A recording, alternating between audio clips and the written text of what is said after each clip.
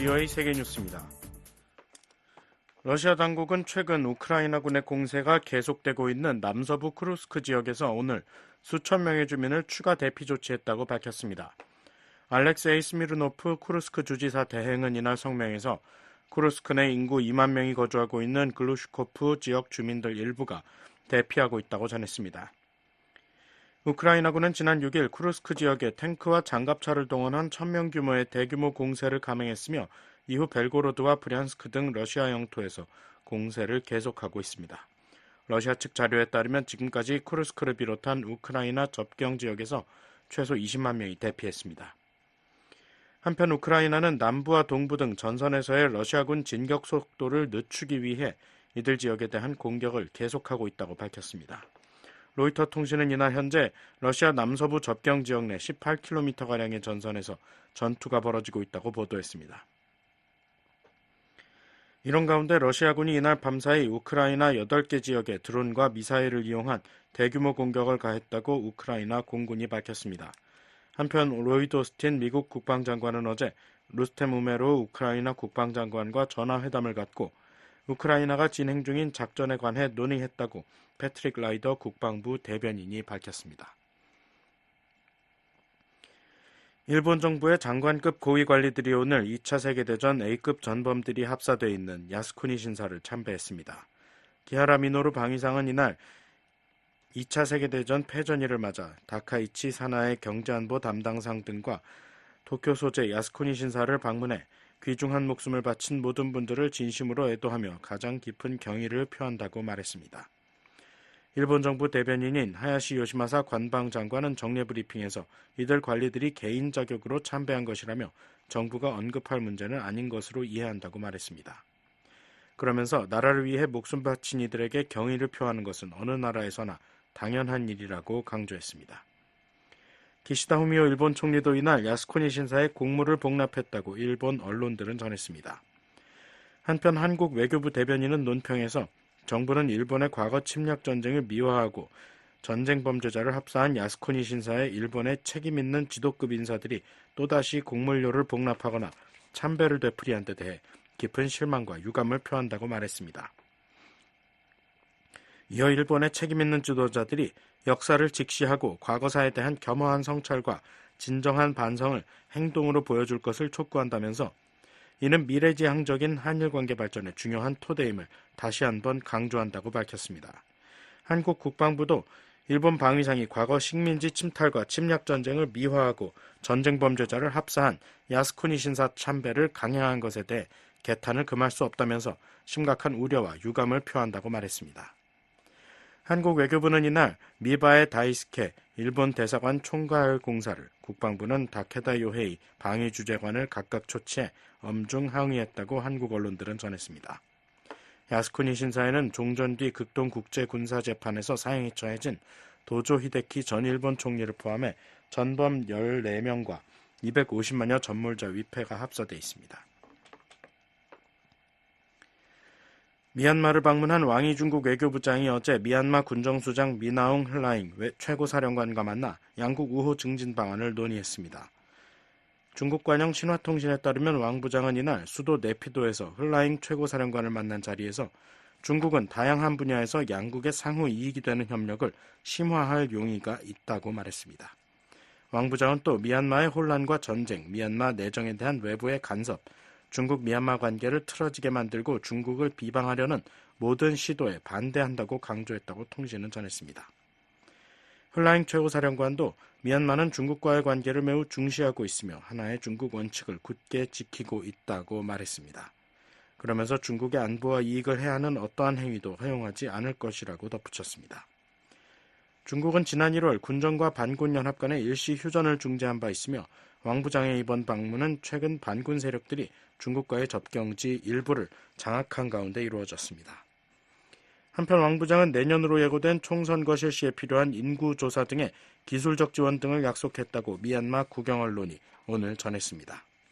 미얀마 군정은 민주화 운동 지도자인 아웅산 수치 여사가 이끄는 민주주의 민족동맹이 압승했던 2020년 11월 총선이 부정선거였다고 주장하면서 이듬해 2월 쿠데타로 정권을 장악한 뒤 반대 세력 탄압을 계속해왔습니다. VOA 세계뉴스 김시영입니다.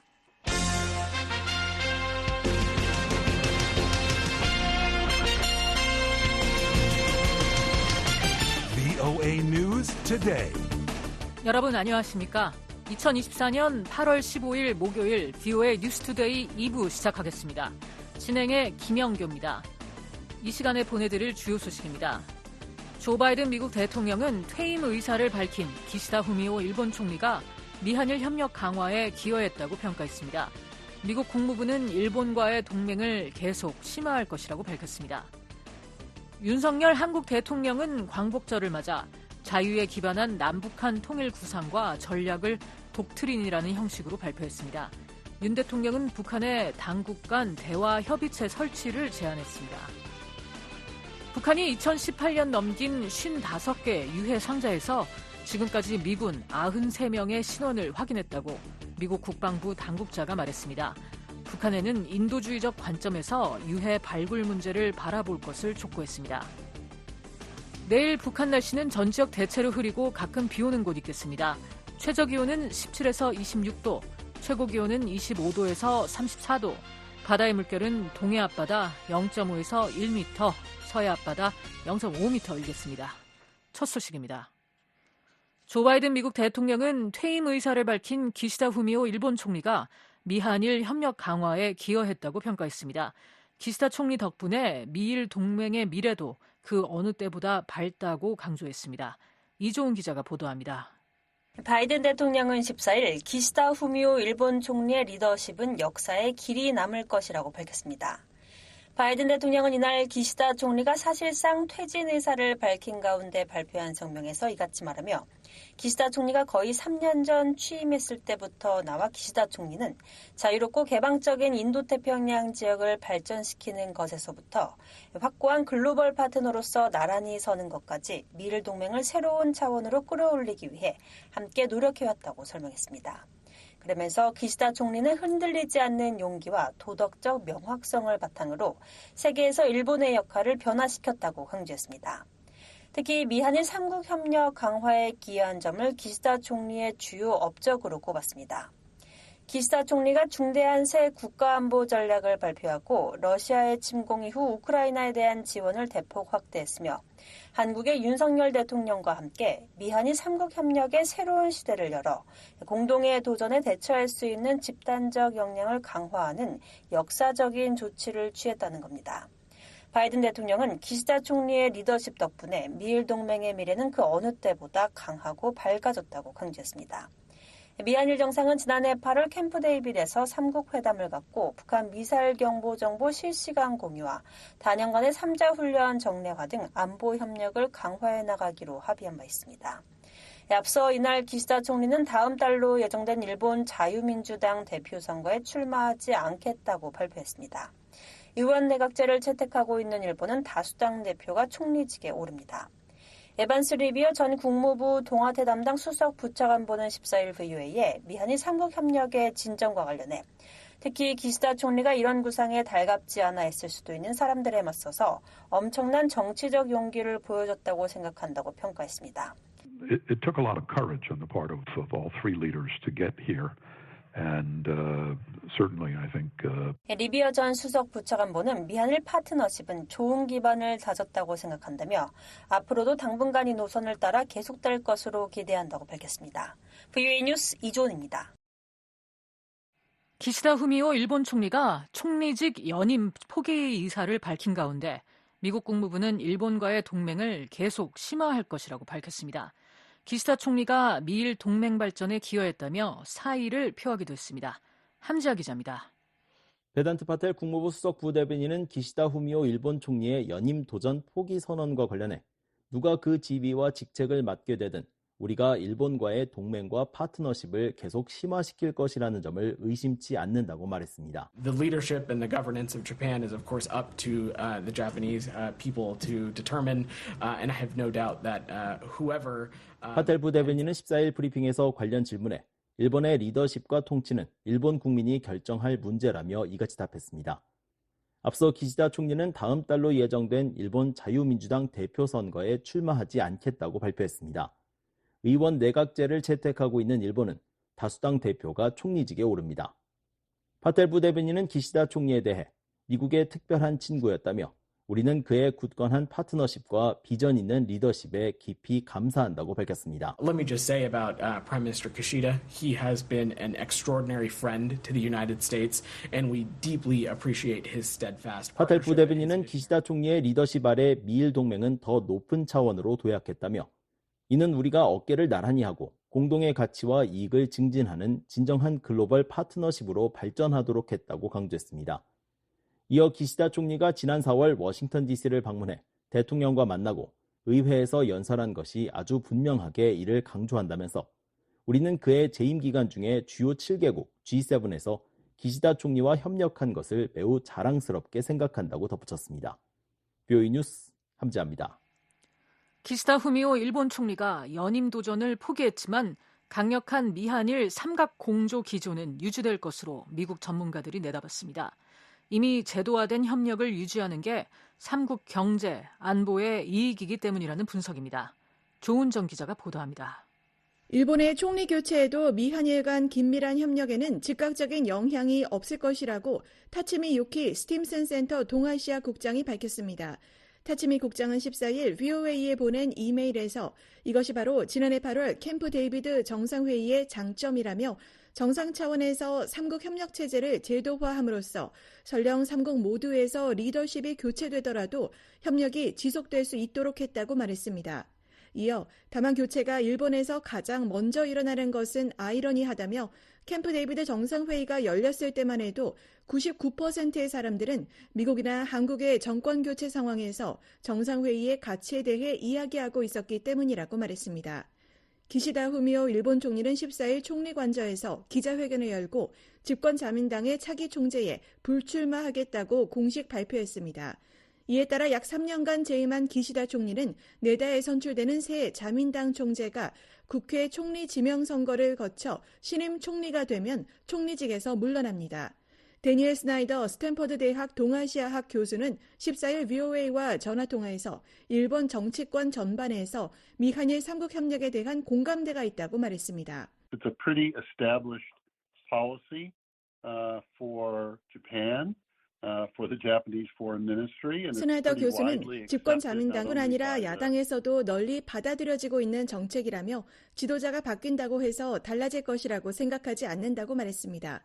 에반스 리비어 전 국무부 동아태 담당 수석 부차관보도 14일 VOA와 전화통화에서 미한일 모두 그 어느 때보다 훌륭한 협력을 구축하기 위해 상당한 정치적 자본을 투자해왔다며 협력의 성격에 변화가 없을 것이라고 말했습니다. 특히 현재 동아시아의 안보 정세가 이러한 협력을 견인한다고 말했습니다. I think as each one of those countries looks around the region at the challenges, particularly from North Korea, but also China, Russia.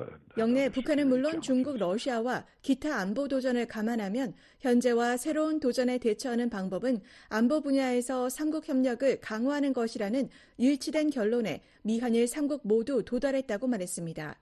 그러면서 삼국 간 더 큰 협력이 필요하다는 것은 정치적 차이를 아우르는 결론이라고 강조했습니다. 케네스 와인스타인 허드슨 연구소 일본 석좌는 일본 내 총리 교체에도 불구하고 미한일 협력이 이어지는 데에는 경제적인 요인도 있다고 말했습니다. 와인스타인 석좌는 14일 VOA와 전화통화에서 일본이 한국과 좋은 관계를 유지하는 것은 주요 경제 대국이자 미국의 주요 동맹국인 중요한 이웃 국가와 좋은 관계를 유지하는 것이 중요하기 때문이라고 말했습니다. It's critical that Japan have good relations with Korea simply for the importance of having good relations. 그러면서 경제적 관점에서 보면 한일 양국의 주요 기업들이 경제 협력과 관계 제도화에 대해 논의하고 있다는 점은 앞으로 관계를 더욱 강화할 수 있다는 점에서 좋은 일이라고 말했습니다. 시호코 고토 윌슨 센터 인도태평양 국장은 기시다 총리가 미한일 삼국 공조와 관련해 이룬 성과 중 하나는 협력의 모멘텀을 잡기 위해 한국 정부와 함께 일할 의지와 능력이 있었다는 점이라고 말했습니다. I think there would be agreement all across that had Japan remained under Shinzo Abe's 고토 국장은 일본의 아베 신조 총리, 한국의 문재인 대통령이 재임하고 있었다면 한일 간 화해는 어려웠을 것이라는데 많은 이들이 동의할 것이라고 말했습니다. 그러면서 한일 양측의 지도부 교체가 양국 관계의 새로운 장을 열 수 있는 기회를 줬다고 말했습니다. 고토 국장은 차기 일본 총리가 누가 되던 한일 화해 기조가 계속 이어질 것으로 내다봤습니다. 고토 국장은 현재 자민당 집권하에서는 총리가 바뀌어도 같은 당이기 때문에 목표는 동일하게 유지될 것으로 예상된다며 인도태평양의 안정을 보장하기 위해 한국과의 관계 증진에도 계속 전념할 것이라고 말했습니다. That is not to say that there may be political challenges. 이어 일본 정부가 정치적 어려움을 직면할 수도 있지만 순수하게 외교 정책적 이익이나 경제적 이익으로만 본다면 한국과의 협력에서 벗어나지 않을 것이라고 말했습니다. 그러면서 또 한일 협력은 미국이 원하는 것이라며 일본은 미국과 계속해서 강력하고 좋은 관계를 유지하길 원하기 때문에 협력에 전념할 것이라고 말했습니다. 다만 스나이더 교수는 한일 관계가 여전히 여러 측면에서 상당히 취약하다며 큰 지정학적, 전략적 협력에서는 많은 진전이 있었지만 전시 및 과거사 문제는 여전히 민감하고 어렵다고 지적했습니다. 그러면서 차기 일본 총리가 누가 되든 역사 문제와 역사 정의에 대한 인식과 감수성을 갖는 것이 중요하다고 말했습니다. So I think it's important that whoever is the next Japanese prime minister, that person 스나이더 교수는 이러한 역사 인식은 차기 총리가 누구냐에 따라 상당히 달라질 수 있다며 보수적인 자민당 내에는 솔직히 전쟁과 식민지 시대를 바라보는 시각에 있어 소위 수정주의 진영에 속하는 사람들이 있고 더 계몽적이고 자유주의적이며 한국과의 관계에 더 헌신적인 사람들이 있다고 말했습니다. 따라서 기시다 후임이 누가 되느냐가 한일 관계에 상당히 중요할 수 있다고 말했습니다. 리비아 전 수석 부차관보는 일본의 총리 교체 이후 미국과 한국이 대일 메시지를 발신하는 것도 중요하다고 말했습니다. Some positive outreach, not just by President Yoon, but President Biden and other people in both governments. 윤 대통령과 바이든 대통령, 미한 양국 정부 관료들이 일본에 긍정적인 접근을 하는 것이 앞으로 매우 중요해질 것이라며 완전한 협력과 삼국 관계에 대한 지속적인 기여에 대한 확약 등은 일본에 보낼 수 있는 좋은 메시지가 될 것이라고 말했습니다. 이어 일본 정부도 그 메시지를 매우 긍정적으로 받아들일 것이라고 말했습니다. VOA 뉴스 조은정입니다. 윤석열 한국 대통령은 오늘 광복절을 맞아 자유에 기반한 남북한 통일 구상과 전략을 독트리네라는 형식으로 발표했습니다. 윤 대통령은 북한의 당국 간 대화 협의체 설치를 제안하기도 했는데요. 서울의 김환영 기자 연결해서 자세한 내용 알아보겠습니다. 김환영 기자. 네, 서울입니다. 네, 윤석열 한국 대통령이 광복절 경축식에서 한반도 통일을 주도하겠다는 의지를 밝혔다고요? 네, 그렇습니다.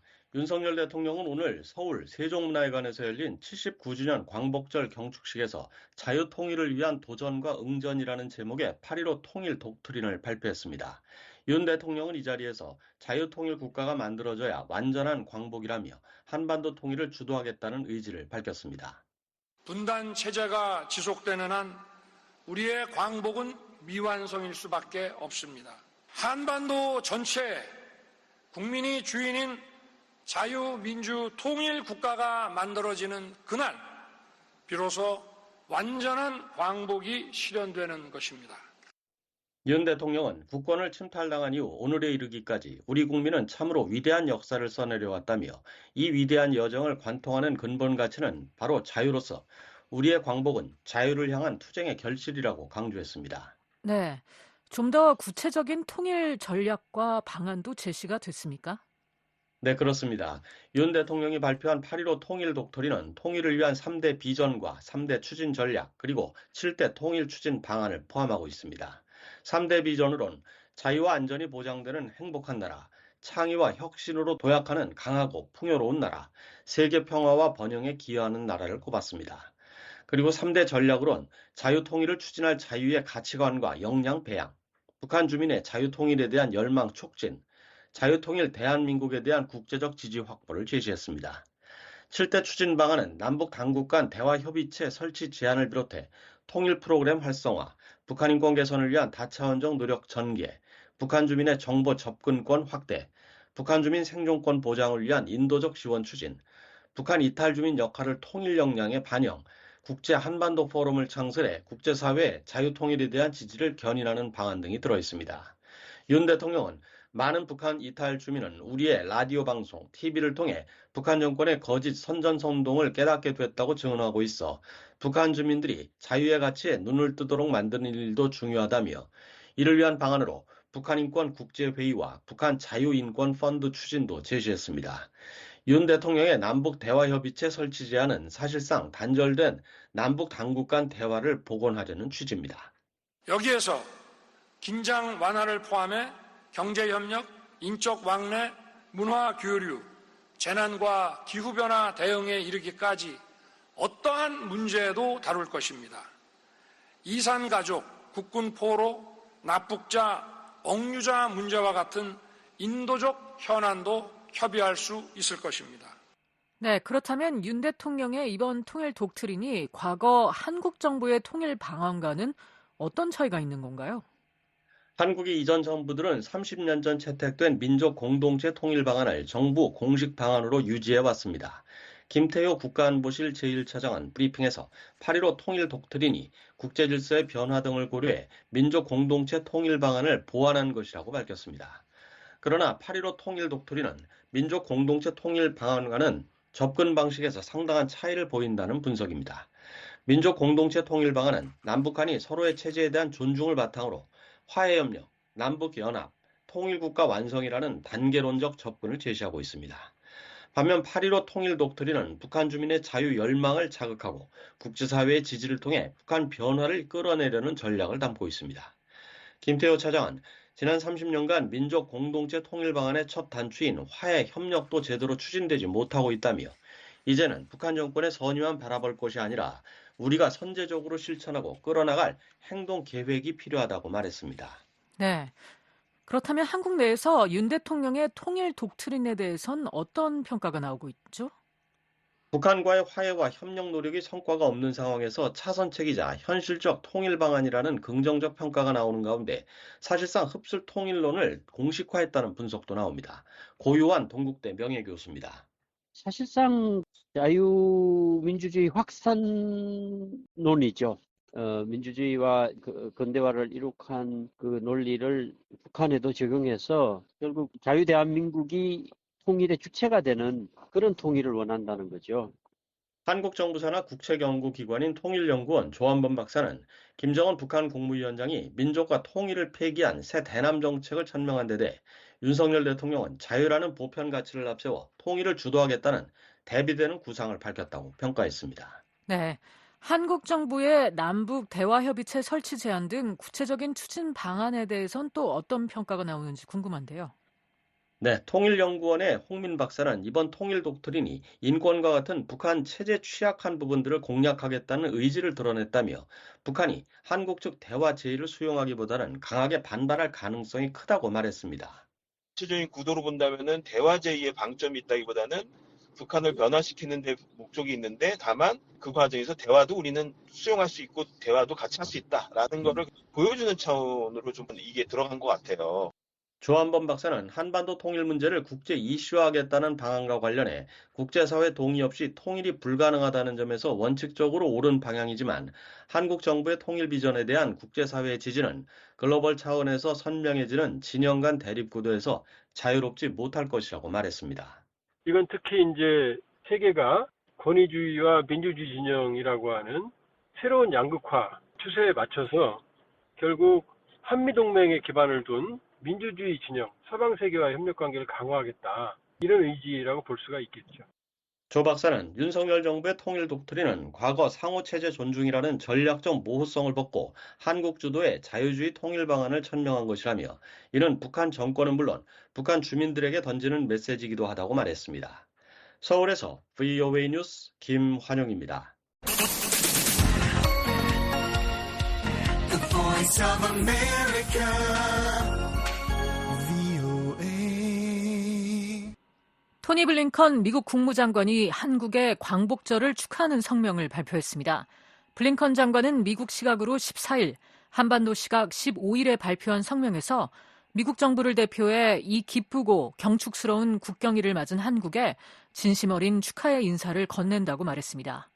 이어 우리는 두 위대한 국가의 영원한 우정과 민주주의 등불로 성장해 수많은 국민에게 번영을 가져온 여러분의 건국을 기념한다며 71년이 지난 지금 미국은 한국에 대한 우리의 철통 같은 동맹에 굳건히 전념하고 있다고 강조했습니다. 그러면서 우리는 앞으로도 국제 평화와 안정, 인권, 개인의 자유라는 공동의 가치를 지키며 함께 노력할 것이라고 블링컨 장관은 밝혔습니다. 미국은 매년 한국의 광복절인 8월 15일을 맞아 국무장관 명의의 성명을 발표하고 있습니다. 북한이 지속적으로 개성공단 관련 시설을 철거하고 있는 가운데 이번엔 또 다른 건물을 해체한 것으로 나타났습니다. 반대로 한국 회사 부지에 짓던 건물은 번듯한 형태를 갖추기 시작했는데 어떤 용도로 사용될지 주목됩니다. 함지아 기자입니다. 개성공단에서 또다시 변화가 관측됐습니다. 개성공단의 동남쪽 일대를 촬영한 13일자 플래닛랩스의 위성사진에는 도로 옆 한 지대가 흙바닥을 드러낸 장면이 보입니다. 얼마 전까지만 해도 가로 27m, 세로 10m의 3층짜리 건물과 주유소 등에서 볼 수 있는 캐노피 형태의 대형 지붕이 건물 바로 앞에 설치돼 있었지만 지금은 모두 사라지고 없습니다. 북한이 건물과 캐노피를 모두 철거했기 때문입니다. 지난 5월 촬영된 위성사진에선 온전한 형태를 갖추고 있던 점으로 본다면 이 건물의 철거 시점은 6월에서 8월 초 사이로 추정됩니다. 건물이 자리한 지점은 개성공단의 남쪽 도로와 맞닿아 있습니다. 위치상으론 북한 관리구역이지만 도로 바로 맞은편엔 개성공단의 한국 공장 등이 자리하고 있습니다. 따라서 건물은 일정 거리를 두고 운영돼 온 다른 북한 측 시설보단 개성공단 운영과 더 직접적으로 연관돼 있던 것으로 보입니다. 북한이 어떤 이유에서 멀쩡한 건물을 철거했는지는 알 수 없습니다. 다만 최근 개성공단 내 다른 여러 시설이 해체되는 분위기와 맞물려 더욱 주목되는 움직임입니다. 앞서 북한은 올해 1월 지난 2020년 폭파한 개성공단 내 공동연락사무소 건물 잔해를 완전히 정리했으며 4월엔 개성공단 남측 출입구 바로 옆 가로 40m, 세로 20m 건물을 해체했습니다. 또 5월엔 북측 출입시설을 철거한 뒤 이보다 크기가 작은 출입구를 만들었습니다. 그리고 이달엔 개성공단 경의선 선로와 연결된 건물 2개가 사라진 장면이 포착됐습니다. 이 같은 변화는 지난해 말 김정은 국무위원장이 대남 정책에 대한 대대적인 변화를 예고한 이후 두드러지고 있습니다. 실제로 북한 노동당 39호실 고위관리 리정호 씨의 아들로 북한 인민군 총참모부 작전국에서 근무했던 이현승 글로벌 평화재단 연구원은 13일 BOA에 북한이 남한을 적으로 다른 국가로 규정한 데 따른 것이라고 말했습니다. 한국과 관련 모든 것을 없애라는 지시가 내려갔을 가능성이 큽니다. 한국에서 지어진 건물이라든지 한국의 문화, 물품이라든지 그리고 이런 것을 대대적으로 북한 내부에서 배제하고 철거하고 없애라는 이런 본격적인 노동당의 지시라든지 이런 활동이 진행이 돼가지고 그에 관한 일환으로 계속 진행될 확률이 큽니다. 개성공단의 변화는 기존 시설을 없애는 데 국한되지 않습니다. 앞서 BOA는 지난 6월 촬영된 플래닛랩스의 고화질 위성사진을 분석해 북한이 개성공단의 개성 쪽 출입구에서 안쪽, 즉 동쪽으로 약 300m 떨어진 지대에서 가로 50m, 세로 10m 길이의 건물을 신축 중이라고 보도한 바 있습니다. 건물이 들어선 부지는 한국 동원 F&B 소유로 알려져 북한이 한국 자산을 무단으로 활용한다는 지적이 나왔었습니다. BOA가 최근 위성사진을 살펴본 결과 2달 전까지만 해도 지붕이 덮이지 않은 단층이었던 이 건물은 현재 온전한 모습을 갖췄습니다. 위성사진상으로 정확한 층수를 파악할 수 없지만 주변 건물의 그림자 길이 등으로 볼 때 3층 높이로 지어진 것으로 추정됩니다. 또 건물 전면 중심부에는 지붕이 튀어나온 모습을 하고 있는데 이는 통상 공장보단 관리 혹은 행정용 건물에서 볼 수 있는 형태입니다. 실제로 천장이 덮이지 않았던 지난 6월 이 건물에선 작은 방 12개와 큰 방 혹은 공간 6개가 마련된 모습이 확인돼 일반적인 공장과는 다른 성격일 것이라는 추정이 나왔었습니다. 앞서 한국 정부는 지난 6월 개성공단 내 부지에서 건물 신축이 이루어지고 있다는 BOA의 지적에 보도된 동향에 대해 파악하고 있다고 밝혔습니다. 이어 건물의 용도 등 구체적인 사항을 현재로서는 확인해 줄 내용이 없다면서도 향후 동향을 면밀히 주시하겠다고 덧붙였습니다. 그러면서 불법적 재산권 침해 행위는 반드시 중단되어야 하고 단호히 대응해 나간다는 입장에는 변함이 없다고 강조했습니다. BOA 뉴스 함재합니다. 중국은 북한이 잇따라 자국 선박을 구매하고 있는 것과 관련해 중국 정부는 원칙적으로 관련 안보리 대북 결의를 항상 완전하고 엄격하게 이행하고 국제적 의무를 준수하며 중국인과 중국 기업이 안보리 결의를 위반하는 활동에 관여하는 걸 금지해왔다고 밝혔습니다. 주미 중국 대사관 대변인은 13일 VOA의 관련 문의에 자세한 내용은 알지 못한다면서 이같이 말했습니다. 그러면서 이와 동시에 제재와 압박에 의존하는 건 한반도 문제를 해결하는 게 아니라 긴장을 더욱 고조시키고 어느 당사국의 이익에도 부합하지 않을 뿐이라는 사실이 반복해서 증명됐다고 주장했습니다. 앞서 13일 BOA는 전 세계 선박의 등록 현황을 보여주는 국제해사기구 IMO의 국제통합해운정보시스템 자료에 최근 북한 선박 2척이 등재됐다고 전한 바 있습니다. 이들 2척은 이전까지 중국의 선적의 텐리웅 178호와 자성호였지만 지금은 북한 선적의 은남호와 모란봉 6호로 운항 중입니다. 북한이 중국 중고 선박을 구매해 등록한 행위는 안보리 결의 위반입니다. 유엔 안보리는 지난 2016년 채택한 대북결의 2321호를 통해 유엔 회원국이 북한에 선박을 판매하거나 북한 선박을 구매하는 걸 금지했습니다. 그러나 북한이 최근 몇 년 동안 중고 선박 구매를 가속화하면서 지난해에만 45척의 새로운 북한 선박이 IMO에 등록됐습니다. 미국 의회에서 올해 처리된 한반도 외교안보 관련 안건은 단 한 건에 불과한 것으로 나타났습니다. 북한 인권법 재승인 법안은 약 2년째 표류 중인데요. 이런 추세가 연말까지 이어질 수 있다는 관측이 나옵니다. 이조은 기자입니다. 올해 미 의회에서 한반도 외교안보와 관련해 발의된 법안과 결의안은 총 7건입니다. 이 가운데 의회 의결 절차가 마무리된 안건은 최근 별세한 한국전 참전용사 래플 퍼켓 주니어 미 육군 대령의 유해를 연방의사당에 안치할 수 있도록 하는 내용의 상하원 결의 단 한 건입니다. 상하원은 명예훈장을 수운한 한국전 참전용사 중 마지막 생존자였던 퍼켓 주니어 대령의 유해를 의사당에 안치해 조문받을 수 있도록 하는 이 결의를 지난 4월 만장일치로 채택한 바 있습니다. 상하원의 한인 이상가족 국가등록 법안과 미한일 공조 중요성 인식 결의안, 하원의 중국 내 탈북민 인권보호 촉구 결의안 등 나머지 6건의 안건은 모두 5개월 넘게 계류 중입니다. 민주당의 제니퍼 웩스턴 하원 의원이 대표 발의한 한인 이상가족 명단 구축 법안은 지난 6월 하원 본회의를 통과했습니다. 하지만 민주당의 팀 케인 상원 의원이 대표 발의한 같은 내용의 법안은 상원 외교위원회에 5개월째 계류 중입니다. 민주당의 제리 코널리 하원 의원이 대표 발의한 미한일 3국 협력 강화를 독려하는 내용의 결의안은 지난 5월 하원 외교위원회를 통과해 본회의 심의를 기다리고 있습니다. 상원의 경우 공화당의 댄 설리반 의원이 대표 발의한 같은 내용의 결의안은 외교위원회에 6개월째 계류 중으로 처리에 전혀 진전이 없는 상황입니다. 그 밖에 공화당의 미셸 스틸 하원 의원이 대표 발의한 중국 내 탈북민 인권 보호를 촉구하는 결의안은 하원 외교위에 5개월째, 민주당의 지미 고메즈 하원 의원이 대표 발의한 미주 한인의 날 기념 결의안은 하원 감독위원회에 7개월째 계류 중입니다. 의회 한반도 안건 처리 현황은 1년 전과 크게 다르지 않습니다. 지난해 같은 시기 의회에서 의결 절차가 마무리된 한반도 관련 안건은 미한 상호 방위조약 체결 70주년 기념 상원 결의가 유일했습니다.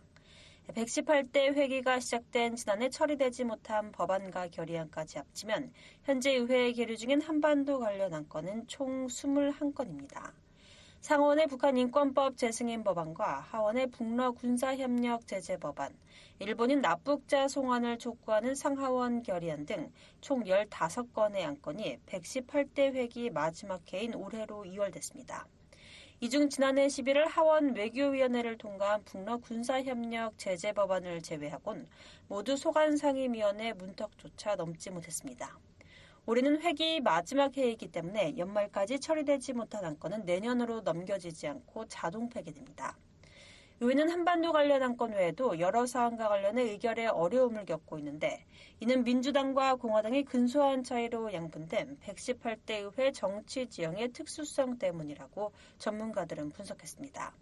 의회에서 25년간 근무했던 로버트 킹 전 국무부 북한 인권특사는 14일 VOA에 통화해서 발의된 결의안이나 법안은 많지만 대부분 처리되지 않는다는 것이 문제 중 하나라며 그것이 바로 의회의 속성이라고 말했습니다. The problem is there are a lot of resolutions and bills. 다만 이번 의회는 특히 제대로 작동하지 않고 있다며 한반도가 아닌 다른 더 시급한 문제들에 대해서도 법안이 승인되기 어려운 상황이라고 강조했습니다. 킹 전 특사는 한반도를 비롯한 대부분 안건 처리가 더딘 현 추세가 연말까지 지속될 가능성이 높다고 말했습니다. 또 선거가 있는 해에는 재선에 도전하는 의원들이 더 논쟁을 벌이기 때문에 법안은 덜 채택되는 경향이 있다고 덧붙였습니다. 현재 의회에 기류 중인 안건 중 특히 의결이 시급한 안건은 북한 인권법 재승인 법안입니다. 지난 2022년 9월 만료된 한시법인 북한 인권법을 5년 더 연장하기 위해선 이를 승인하는 의회의 조치가 필요하기 때문입니다. 북한 인권법 재승인 법안은 하원의 경우 지난 5월 외교위원회를 통과했지만 여전히 본회의 심의를 기다리고 있고 상원에선 소관 상임위 문턱조차 넘지 못한 상황입니다. 북한 인권법은 이미 지난 2022년 9월 30일을 기해 만료돼 소위 북한 인권법 공백 상태는 역대 최장인 약 2년째 이어지고 있습니다. VOA는 북한 인권법 재승인 법안 대표 발의자인 공화당의 영킴 하원 의원실과 마르코 루비오 상원 의원실에 관련 논평을 요청하고 답변을 기다리고 있습니다. 그레그 스칼라튜 북한 인권위원회 사무총장은 인권 문제를 포함한 북한 관련 사안에 대한 의회 내 전반적인 피로감과 낮아진 관심이 역대 최장의 북한 인권법 공백 상태를 낳았다고 지적했습니다. 스칼라튜 사무총장은 14일 VOA에 통화해서 북한 인권 문제에 대한 관심 저하가 가장 심각히 우려된다며 북한 인권과 관련해 미국 정부에서 가장 적극적인 기관은 의회였다고 말했습니다. Fatigue and decline. The most serious concern is declining interest in North Korean human rights. 스칼라티 사무총장은 북한 인권법 재승인 법안의 의회 통과가 조만간 이뤄질 것이라는데 낙관적이지 않다며 선거 기간이고 시급한 현안이 많기 때문에 내년까지 기다려야 할 수도 있다고 전망했습니다. 그러면서 북한 인권법 연장이 내년까지 장기화할 경우 결국 이는 관련 비정부 기구에 대한 보조금 및 재정 지원의 감소로 이어질 수 있다고 말했습니다. VOA 뉴스 이존입니다.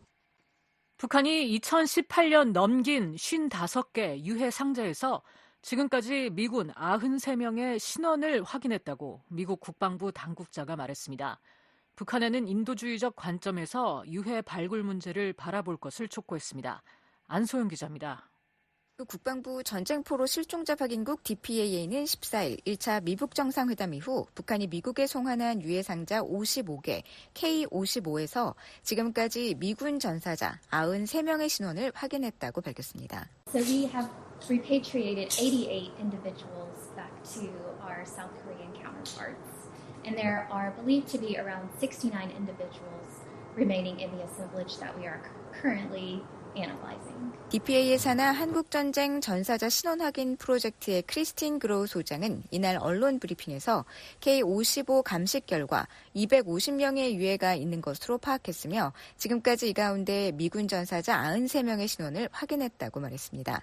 또한 K-55에는 한국군으로 파악된 유해도 있었다며 88구는 한국 측으로 송환했고 현재 69구에 대한 감식을 진행 중이라고 그로우 소장은 설명했습니다. 켈리 맥케그 DPA 국장은 15일과 16일 양일간 진행되는 DPA의 연례 실종자 가족 설명회를 앞두고 열린 이번 언론 브리핑에서 미국 정부의 계속된 유해 발굴 협력 제의에도 불구하고 북한은 아무런 반응도 보이지 않고 있다고 지적했습니다. The United States government reaches out often to North Korea on any number of levels, one of which is this particular mission. There has been no response at all levels of the United States government. In their communications with North Korea. 미국 정부가 모든 수준에서 접촉을 시도하지만 북한의 응답이 전혀 없다는 겁니다. 맥키그 국장은 우리는 지난 10년 동안 그랬듯이 언제든지 북한에 돌아갈 준비가 돼 있다면서 이를 외교의 도구이자 인도주의적 노력으로 사용할 준비가 돼 있다고 덧붙였습니다. 현재 DPA에는 7,491명의 미군이 한국 전쟁에서 실종됐으며 이 가운데 5,300여 명이 북한에 있는 것으로 추정하고 있습니다. 맥키그 국장은 미국이 중국에서 미군의 유해 발굴 작업을 시작한 것은 주목할 만한 일이라며 북한의 협조를 희망했습니다. China today, despite the bilateral tensions, working to look for answers for World War II families as well as Korean War families whose loved ones are missing from those wars that are in China. 현재 중국에서는 미중 양국 간의 긴장에도 불구하고 2차 세계대전과 한국전쟁에서 실종된 참전 용사들의 유해 발굴 노력을 펼치고 있다면서 이는 인도주의적 노력이 외교의 도구로서 과거의 적국을 다시 하나로 묶는데 얼마나 효과적일 수 있는지 보여주는 중요한 사례라고 맥키그 국장은 설명했습니다. 한편 티머시 맥마혼 국방부 산하 DNA 운영 책임자는 이날 브리핑에서 올 연말 북의 유전자 샘플로도 유해 신원을 분석하는 새로운 기술이 도입될 예정이라며 이를 통해 유해 분석 신원 속도가 더욱 빨라질 것으로 기대한다고 말했습니다. VOA 뉴스 안소영입니다. 미한 연합훈련 을지 프리덤 실드를 앞두고 미국과 한국 해병대가 한국 포항 인근에서 연합훈련에 돌입했습니다. 미국 해병대는 실사격 훈련이 포함된 이번 훈련이 상호 운영성을 강화하는 기회가 될 것으로 기대하고 있습니다. 김시영 기자가 보도합니다. 미 해병대 제1해병원정군 산하 제15해병원정대가 지난 12일부터 한국 해병대와 한국 포항 인근에서 연합훈련을 실시하고 있습니다. 미 해병대 공보실은 14일 VOA의 관련 질의에 전반적으로 이번 훈련은 한국 해병대와 15해병원정대 병력 간의 숙련도를 높이면서 상호 운용성과 협력 관계를 강화하기 위한 일련의 연합훈련 기회로서 고안됐다고 말했습니다. 그러면서 한국 해병 제1사단이 15해병 원정대와 함께 이번 훈련을 수행할 것이라고 설명했습니다. 다만 미 국방부 정책상 이번 훈련과 관련한 구체적 계획에 대해서는 언급하지 않겠다고 주한 미 해병대 공보실은 덧붙였습니다. 션 다이넌 15해병 원정대장은 14일 VOA에 앞으로 몇 주에 걸쳐 우리는 한 팀으로서 힘들면서도 현실적인 훈련을 수행할 것이라고 밝혔습니다. 이어 이번 훈련을 통해 우리 상륙부대들은 서로에게서 배우고 아울러 하나의 연합군으로서의 우리의 연합된 힘을 매우 효과적으로 만들어주는 신뢰와 우정을 쌓을 것이라고 강조했습니다. 앞서 15해병원정대는 12일 보도자료에서 이번 훈련을 위해 제5수륙양용전대 사령관 예하 강습 상륙함 박서함과 상륙선거함 하퍼스 페리함에 탑승한 15해병 원정대 소속 부대가 도착했다고 말했습니다. 그러면서 한국군 훈련 지역에서 실시될 이번 훈련에 보병, 포병, 항공부대의 실사격, 비실사격 훈련이 포함될 것이라고 덧붙였습니다. 한미연합사 작전참모를 역임한 데이비드 맥스웰 아태전략센터 부대표는 13일 VOA와의 통화에서 이번 훈련이 주기적으로 실시하는 정례적 훈련의 연장선이라고 설명했습니다. And so this is a continuation of routine training that takes place periodically when U.S. Marines 그러면서 1950년 9월 15일 미 해병과 육군 병력들이 인천에 상륙했던 것처럼 이들 연합해병대의 상륙작전은 북한이 한국을 공격할 경우 수행될 주요 작전 중 일부가 될 것이라는 점을 우리는 기억해야 한다고 덧붙였습니다. 미한 해병대 간의 이번 훈련은 오는 19일부터 한국에서 11일간 진행될 예정인 연례 미한 연합훈련 을지 프리덤 실드를 앞두고 실시되고 있습니다. 앞서 지난 2월 1일 미 해병대 1사단과 한국 해병대가 포항 일대 훈련장에서 양국 해병대원 400여 명이 참가한 가운데 상륙 장갑차와 K1A1 탱크 그리고 양국 해병대의 공격용 헬기 등을 동원한 합동 훈련을 실시한 바 있습니다. VOA 뉴스 김시영입니다. UN 북한 인권특별보고관 등 UN 보고관들과 실무그룹 수장들이 북한 정부의 탈북민 강제 북송과 자의적 구금, 고문에 대한 우려를 전달하고 관련 정보를 제공하라고 촉구하는 서한을 보냈습니다. 북한은 이 서한이 허위 사실을 담고 있다고 주장하며 거부한다고 밝혔습니다. 조은정 기자가 보도합니다. 엘리자베스 살몬 UN 북한인권특별보고관, 림 알살렘 UN 여성과 소녀에 대한 폭력 특별보고관, 가나 유드키브스카 UN 자의적 구금 실무그룹 부의장, 아우데 발데 UN 강제실종 실무그룹 의장, 도로시 에스트라다 탱크 여성과 소녀 차별에 관한 실무그룹 의장이 지난 5월 22일 북한 정부의 탈북민 강제 북송과 구금시설에서의 비인도적 처우에 대해 우려하는 공개 서한을 보냈습니다. 서한 발송 60일 뒤 공개하는 관행에 따라 유엔 인권 최고대표 사무소가 12일 홈페이지에 게재한 서한에 따르면 이들은 중국에서 북한으로 강제 송환된 사람들의 자의적 구금, 강제 실종, 젠더 기반 폭력, 고문, 초법적 살해 위험 등 심각한 인권 침해와 관련해 유엔이 입수한 정보와 국제법 위반 혐의에 대한 주의를 환기하고자 한다며 여러 사례를 거론했습니다. 이들은 유엔 인권이사회사나 강제적 비자발적 실종 실무그룹 제131차 회의에서 제기된 3건의 긴급한 사례를 북한에 보냈으며 관련 사본을 중국에도 보냈다고 밝혔습니다. 그러면서 유엔에 접수된 정보에 따르면 2023년 10월 초 수백 명의 탈북자들이 중국에서 북한으로 강제 송환됐다며 이 외에도 수백 명이 중국뿐만 아니라 다른 국가에서 같은 운명에 처해진 채 구금돼 있는 것으로 알려졌다고 밝혔습니다. 또 인신매매, 강제 임신, 강제 결혼의 피해자로 추정되는 사람들이 강제 송환된 구체적인 사례들을 소개했습니다. 2019년 중국 지린성 퉁화시 외곽의 한 시골 마을에 팔려가 감금된 채 강제로 임신을 하고 심한 출혈로 입원했다가 퉁화시 구치소, 바이산시 구치소를 거쳐 2023년 9월경 강제 북송된 여성이 소개됐습니다. 2013년 중국에서 강제 결혼한 뒤 인신매매 혐의로 지린성 창춘 교도소에 수감됐다 바이산시 구치소로 이송된 뒤 2023년 10월에 강제 북송된 여성의 사연도 있었습니다. 2016년 인신매매범을 통해 중국 남성에게 팔려가 두 자녀를 임신하고 2022년 5월 북한에서 마른 명태를 포함한 밀수품을 받은 혐의로 랴오닝성 단둥 교도소에 구금됐다가 바이산 구치소로 이송된 뒤 2023년 10월 첫째 주경 강제 북송된 것으로 알려진 여성도 있었습니다. 또 북중 국경에서 붙잡혀 심한 구타와 고문으로 손과 발에 붕대를 감은 채로 마지막으로 목격된 남성의 사연도 소개됐습니다. 특별보고관들과 실무그룹 수장들은 북한으로 강제 송환된 사람들이 국가보위성의 초기 신문 과정에서 몸수색과 구타를 당하며 여성들은 젠더 기반 폭력에 시달린다고 지적했습니다. 이러한 초기 신문은 탈북 이후 해외에서의 활동, 체류기간, 한국 혹은 종교단체와의 관계, 탈북을 도운 사람을 파악하는 데 목적이 있으며 반역 행위를 저지른 것으로 간주되거나 한국으로 도피 의도가 발견되면 국가보위성 구금시설에 계속 머물게 된다고 설명했습니다.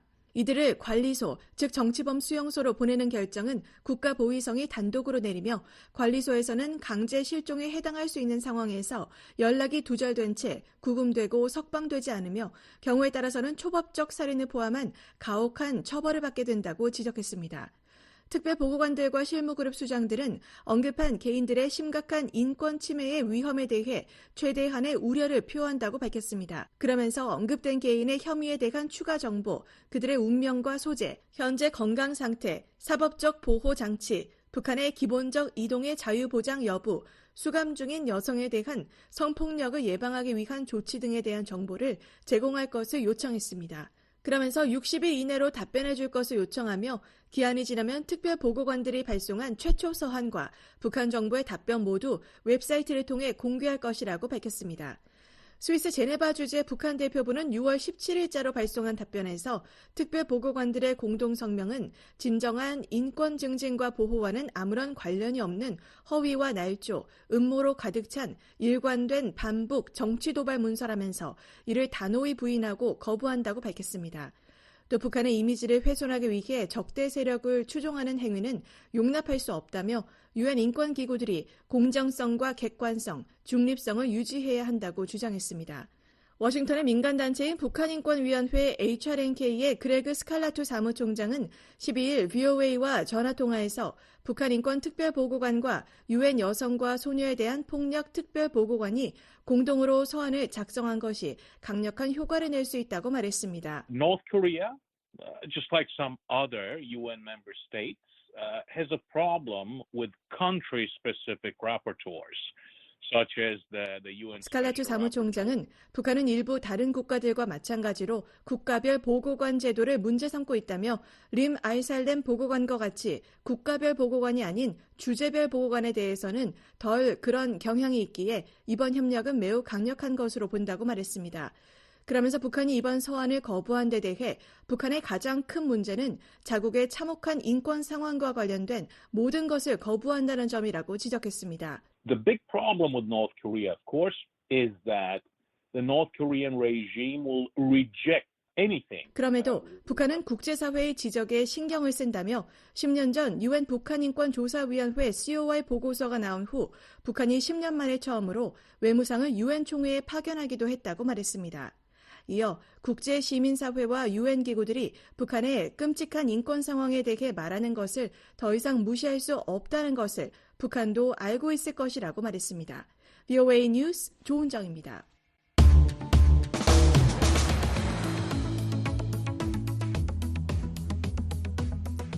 한국 내 주요 뉴스를 소개해드리는 한국은 지금입니다. 최원기 기자 나와 있습니다. 어서 오십시오. 안녕하십니까? 네, 오늘은 어떤 소식이 있습니까? 한국에서 8.15 광복절 행사가 정부 주최와 광복회 주최로 따로 열렸다는 소식 전해드리겠습니다. 이어서 북한에서 환율이 급등하고 있다는 소식 전해드리겠습니다. 네, 먼저 한국의 8.15 광복절 경축식 소식부터 살펴보겠습니다. 경축식이 열렸는데 반쪽 행사가 된 것 같아요. 그렇습니다. 윤석열 한국 대통령이 참석한 제79주년 광복절 경축식이 15일 오전 10시 서울 세종문화회관에서 열렸습니다. 그러나 광복회를 비롯한 37개 독립운동단체는 이날 효창공원에 있는 백범기념관에서 광복회원과 독립운동가 유족 등과 따로 기념식을 개최했습니다. 또 정부가 주최하는 경축식에 여당인 국민의힘은 참석했지만 야당인 더불어민주당은 불참했습니다. 광복절의 정부 주최 경축식과 독립운동단체 기념식이 따로 열린 것은 이번이 처음입니다. 네, 광복회가 정부가 주관하는 8.15 경축식에 불참한 이유는 뭔가요? 광복회가 극우 인사, 즉 뉴라이트 인사라는 이유로 반대한 김영석 씨가 새 독립기념관장으로 임명됐기 때문입니다. 광복회 이종찬 회장은 언론과 인터뷰에서 김영석 관장 임명에 대해 용산 어느 곳의 일제 때 밀정과 같은 존재의 그림자가 있는 것 아닌가라며 비난했습니다. 그러면서 정부가 김영석 씨를 임명한 것은 대한민국 정부 수립일인 1948년 8월 15일을 건국절로 제정하려는 움직임의 일환이라고 주장했습니다. 네, 그러면 독립기념관장으로 임명된 김영석 씨는 극우 뉴라이트 인사인가요? 그렇게 보기는 힘듭니다. 뉴라이트는 주로 일제 식민지배를 옹호하는 극우 인사를 말하는데요. 김영석 신임 독립기념관장은 역사학자로서 일제 식민지배를 옹호한 적이 없습니다. 또 광복회는 김영석 씨가 대한민국 건국 시점을 임시정부 수립연도인 1919년이 아니라 1948년이라고 했다며 비판하는데요. 김영석 씨는 과거 자신의 저서에서 건국 시점을 1948년, 대한민국 정부 수립과 1919년 임시정부 수립 중 하나로 선택하는 이분법적 사고에서 탈피해 1919년의 3.1 독립선언에 1948년의 정부 수립까지의 과정으로 이해했다고 썼을 뿐입니다. 네, 그렇다면 광복회 이종찬 회장은 왜 김영석 씨를 밀정에 비유하면서 반대하는 걸까요? 그것은 아직까지는 분명치 않은데요. 이 문제와 관련해 조선일보는 15일 독립기념관장 선정 과정에서 문제가 발생했을 가능성을 제기했습니다. 이에 따르면 독립기념관 이사회는 지난 5월 새 관장 선정 작업을 했는데요. 여기에서 이종찬 회장이면 2명의 후보가 있었다는 겁니다. 그러나 이 2명의 후보는 서류 심사는 통과했으나 점수가 낮아 탈락했고 가장 점수가 높은 김영석 씨가 관장이 됐다는 겁니다. 네. 한편 미국 정부는 한국의 광복절을 축하하는 성명을 발표했습니다. 그렇습니다. 토니 블링컨 미 국무장관이 한국의 광복절을 축하하는 성명을 발표했습니다. 블링컨 장관은 14일 발표한 성명에서 미국 정부를 대표해 이 기쁘고 경축스러운 국경일을 맞은 한국의 진심 어린 축하의 인사를 건넨다고 말했습니다. 네, 다음 소식으로 넘어가 보죠. 북한에서 환율이 급등하고 있다고요? 네, 올해 초에 1달러에 8,000원이었던 북한의 시장 환율이 8월 초 15,000원을 넘어섰습니다. 일본의 북한 전문 매체인 아시아프레스에 따르면 지난 8월 9일 북한의 환율은 15,500원을 기록했습니다. 그러니까 올해 들어 환율이 80% 가까이 오른 겁니다. 네. 보통 환율이 오르더라도 이렇게 80%씩 오르는 법은 별로 없는데 왜 이렇게 환율이 급등한 건가요? 북한 당국이 공식 발표나 설명을 하지 않기 때문에 정확한 이유는 알 수 없습니다. 그러나 한국을 비롯한 외부 전문가들은 대개 서너 가지 이유로 환율이 급등한 것으로 보고 있습니다. 첫 번째는 근로자 임금 인상입니다. 북한 당국은 지난 연말 3,000원 수준이었던 근로자 임금을 3만에서 5만 원으로 10배 이상 올렸습니다. 문제는 임금을 인상하면서 엄청난 돈이 시중에 풀려서 북한 돈의 가치가 떨어졌다는 겁니다. 그 결과 환율이 올랐다는 분석이 많습니다. 네. 김정은 위원장이 추진하고 있는 20승 10, 그러니까 20 곱하기 10 정책. 그러니까 20개 지방에 10년간 매년 공장을 건설한다는 이 정책이 또 영향을 미쳤을 가능성도 있나요? 그럴 가능성도 있습니다. 말씀하신 대로 김정은 위원장은 올 초부터 지방에 공장을 건설하는 정책을 추진하고 있는데요. 공장을 건설하려면 기계 설비와 각종 원자재와 물자를 중국에서 수입해야 합니다. 그런데 중국에서 물자를 수입하려면 달러, 즉 외화가 필요합니다. 문제는 외화가 부족한 북한 당국이 돈주나 환전상을 쥐어짜서 외화를 확보하려 했다는 겁니다. 그 결과 북한 내부에서 외화 거래는 어려워졌고 환율이 치솟았다고 볼 수도 있습니다. 그렇군요. 국제사회의 고강도 대북 제재가 지금 7년째 계속되고 있는데 북한의 외환 보유고가 이제 바닥을 드러내는 게 아닌가 싶네요. 그럴 수도 있습니다. 북한은 유엔 안보리의 대북 제재가 시작될 당시에는 25억에서 58억 달러 규모의 외환 보유고를 갖고 있었는데요. 지난 7년간 고강도 대북 제재와 신종 코로나 바이러스 사태 등을 겪으면서 외화 보유고 대부분을 소진한 것으로 보입니다. 따라서 북한 경제는 이제 국영 경제와 시장 경제 모두 작동하지 않는 상황이 있다고 전문가들은 지적하고 있습니다. 그렇군요. 환율이 무서운 게 이렇게 환율이 급등을 하면 물가도 오를 수밖에 없지 않습니까? 그렇습니다. 환율이 오르면 물가도 오를 수밖에 없는데요. 실제로 북한의 물가를 보면 쌀은 지난 연말 킬로그램당 5,000원 선이었는데 8월 초에 6,800원까지 올랐습니다. 또 옥수수, 강냉이는 지난 연말 2,000원 선이었는데 이달에는 3,200원까지 올랐습니다. 또 휘발유 가격도 19,000원까지 올랐습니다.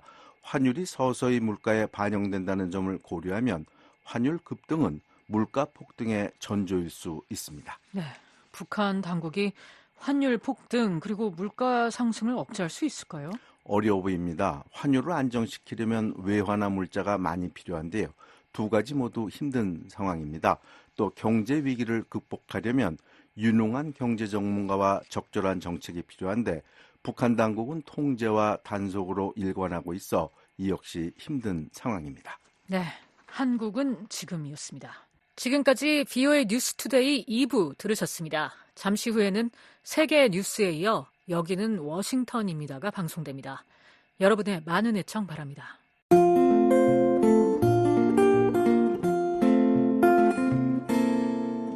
미국과 한국, 지구촌 곳곳의 다양한 소식을 전해드리는 생방송 여기는 워싱턴입니다의 요일별 주간 프로그램을 알려드립니다. 월요일 밤과 화요일 새벽에는 미국 역사 속 중요한 인물들을 알아보는 인물 아메리카를, 화요일 밤과 수요일 새벽에는 라디오로 들어보는 미국 역사 이야기, 이야기 미국사, 수요일 밤과 목요일 새벽에는 11월 대통령 선거를 앞두고 주요 이슈 살펴봅니다. 미국의 선택 2024. 목요일 밤과 금요일 새벽에는 한국에 사는 탈북민들이 살아가는 현장을 찾아가는 탈북민의 세상 보기가 방송되고요. 금요일 밤과 토요일 새벽에는 주요 뉴스의 배경과 관련 용어, 뉴스 속 인물 살펴보는 뉴스 따라잡기 순서가 마련되어 있습니다.